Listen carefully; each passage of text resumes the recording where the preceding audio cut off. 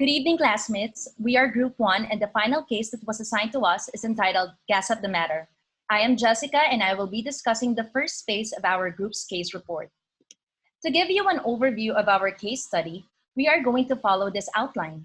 First, we are going to give you a run-through of the case to better understand how the story unfolded. Next, our group came up with a list of assumptions which are quite relevant on how we interpreted the case.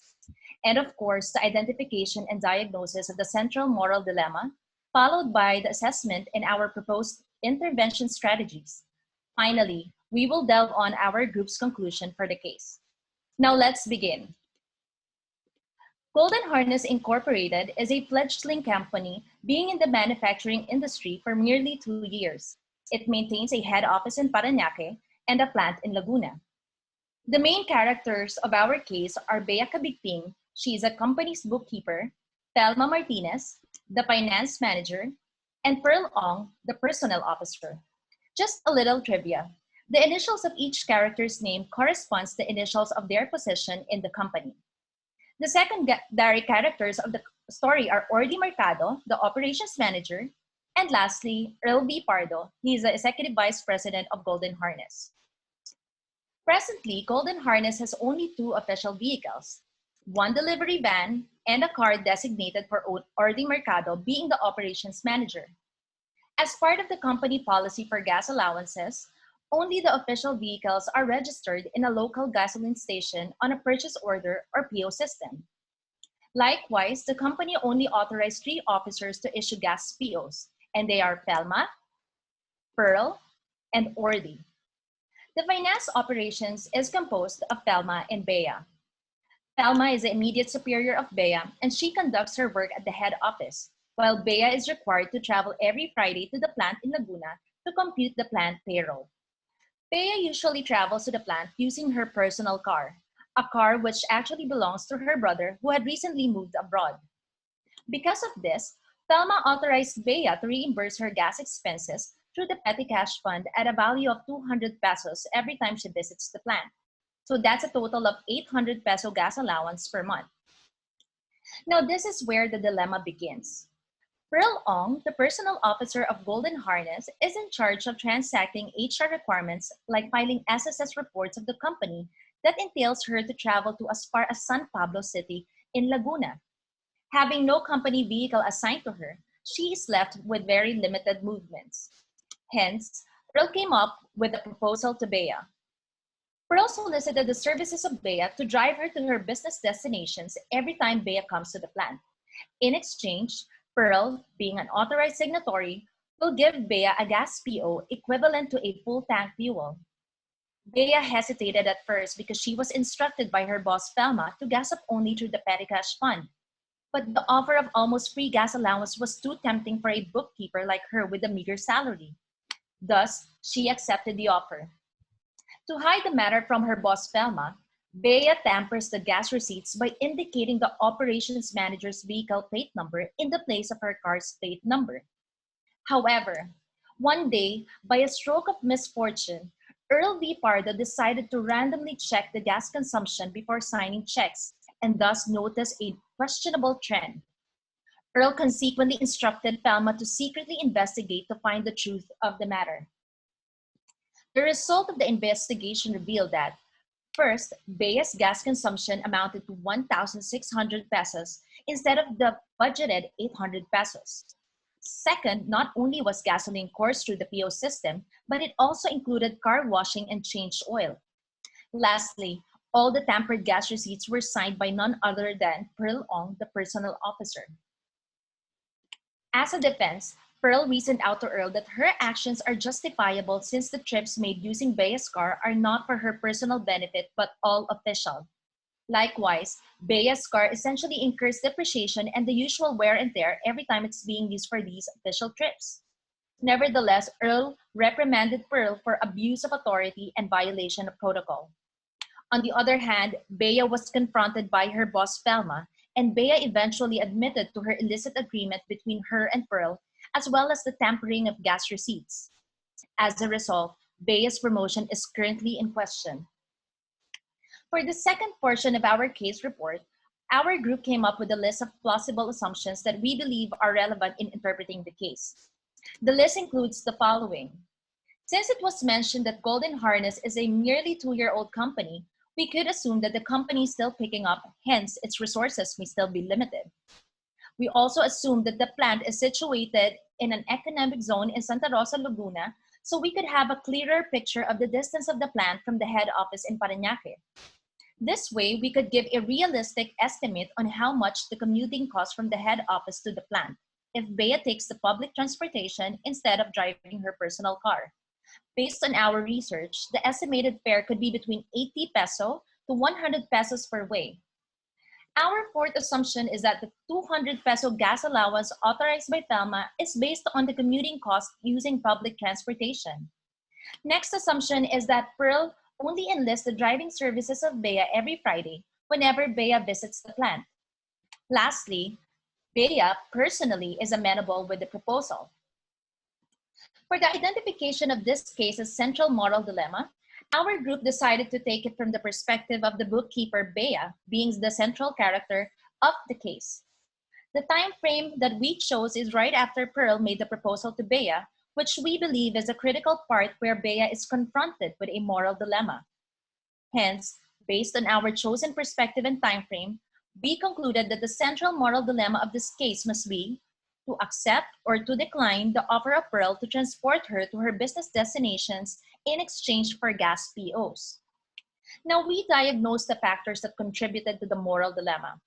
The heart of the case predominantly evolves around conflict of interest, which is a violation of law of agency.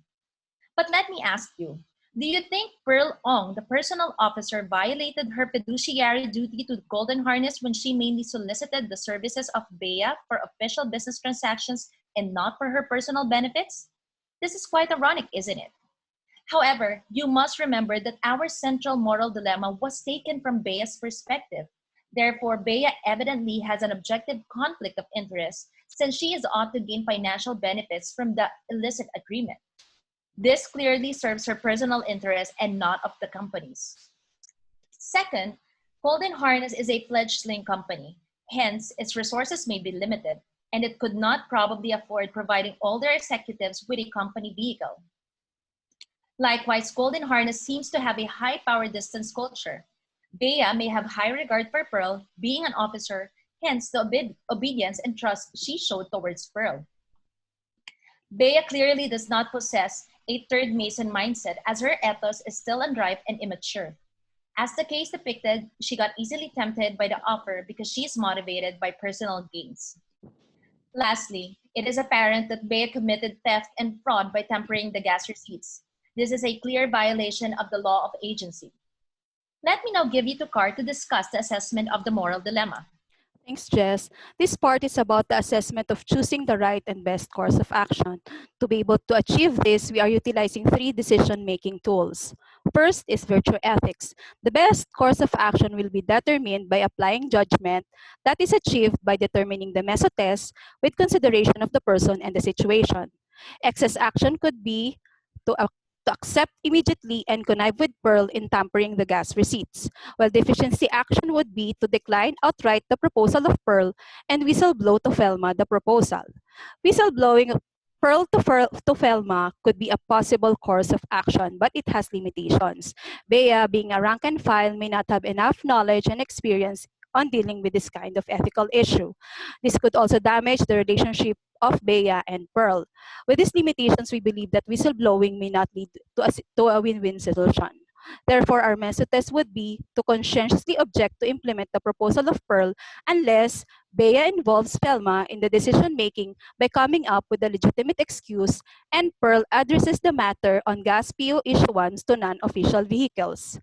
For this course of action, Bea is aware that the proposal of Pearl of using her time during office hours to transport her to her official trips has to be consulted first with her boss, Felma. Bea also knows that the use of gas PO for non-official vehicles is not in compliance with the existing policy on gas PO. This is also inconsistent with the instruction of Felma for Bea to use petty cash for her gas allowance. Therefore, Bea opts not to be involved in this unless Felma is involved in the decision making and if gas PO is allowed to be used for this purpose. The legitimate excuse to involve Felma is that Felma is quite strict on the time that Bea spends at the plant. Driving for Pearl may eat up her working time and she could be reprimanded if she does not return immediately to the head office. You may ask, why is this the meso test? As mentioned, Bea is interested in accepting the proposal, but unsure if Felma would permit this. For this course of action, decision-making and accountability are passed on to Felma, who is more experienced on this, and Felma is not blindsided or caught unaware. The proposal, with some appropriate modification, could become an allowable arrangement. There will be no damage on relationship and promotion. And lastly, Pearl will be the one to raise the issue on additional gas allowance instead of Bea. Hence, we believe that the meso test is a win-win solution versus rejecting the proposal outright. To be able to formulate and perform the meso test, Bea has to sharpen her phronesis, which is in the next slide, particularly her technical skills in negotiation for her to persuade Pearl not to force her to make the decision, but instead consult first with Velma with regards to her proposal. Communication skills are also of great importance so she could express herself clearly and objectively. Likewise, her internal goods must be cultivated. Honesty and integrity to be able to resist implementing the unethical proposal, perceptiveness and cleverness to understand the situation and figure out the best course of action. Confidence is relevant since she is dealing with a superior. Conscientiousness to be diligent and careful in making a critical decision. Second tool is deontology through universalizability method. This method is used to verify if the action accepting the proposal is inherently right or wrong.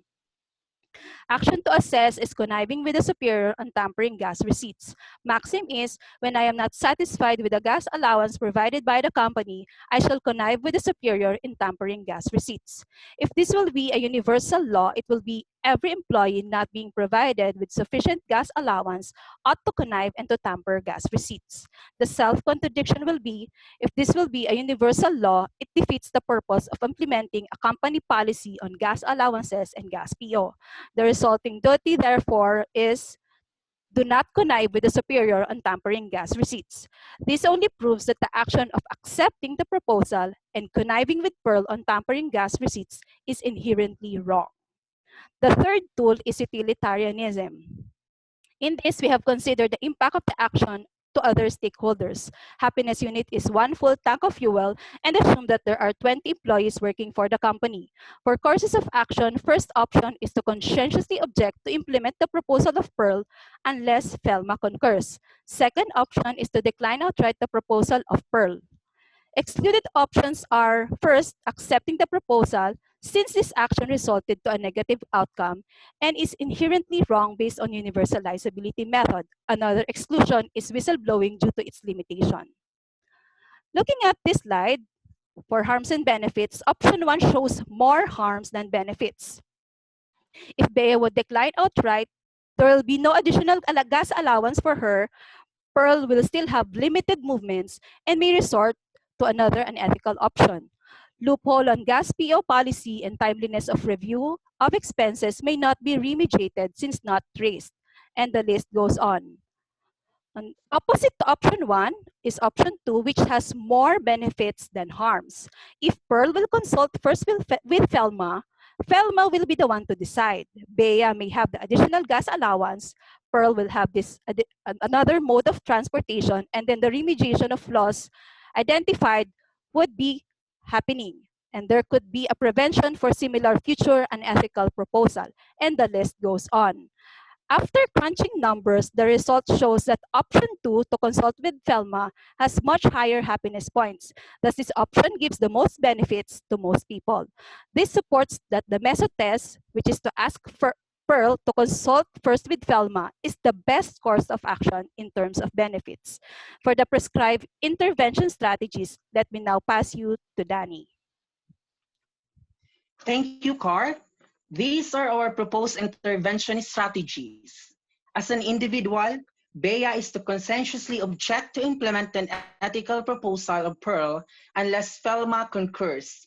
Bea, the bookkeeper, is at the crossroads of personally liking or indirectly accepting the idea of having an almost full tank gas allowance. This means Bea being amenable to Pearl's proposal.